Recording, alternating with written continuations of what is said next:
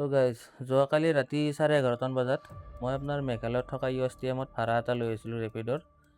ভাড়াটো নামাই থৈ কিনে মই আপোনাৰ পাহাৰৰ তলৰ ফালে নামি যাই আছিলোঁ আৰু মই কেমেৰাটো অন কৰি থৈ দিছিলোঁ।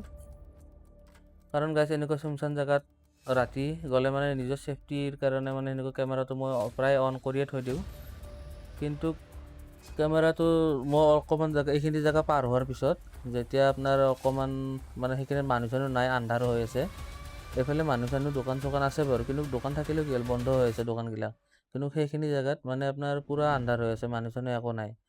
কিন্তু মই হঠাৎ যাই থাকোঁতে দেখিলোঁ যে দুজন ল'ৰাই মোৰ গাড়ীখন ছিগনেল কৰা হাত পালোঁ। মই ইমান গুৰুত্ব দিয়া নাই, মই সেইটো বাৰু গাড়ীটো নৰখিলোঁ আৰু মই গুচি গ'লোঁ।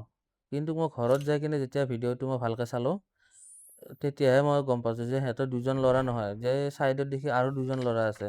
আৰু সিহঁতে ইমান ৰাতি মোৰ গাড়ীটো মানে ৰখাব কিয় চেষ্টা কৰিছিল, মানে সিহঁতৰ উদ্দেশ্যটো কি আছিল গাড়ীটো ৰখোৱাৰ, এইটো চাবচোন আপোনালোকে। এয়া প্ৰথমতে এইফালে দুজন আছে, কিন্তু এই ছাইডত দেখি আৰু দুজন ল'ৰা আছে। সিহঁতে মানে তলৰ ফালে আছে, এই অলপ ছাইডৰ ফালে।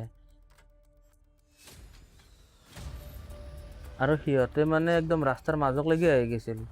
কিন্তু যেতিয়া মই অলপমান ওচৰ পালোঁ, মোৰ কেমেৰাটো দেখা পাই পেলাই সিহঁতে পূৰা লগ ৰাস্তাৰ মাজৰ পৰা ছাইড হৈ পেলাই গুচি গৈছে।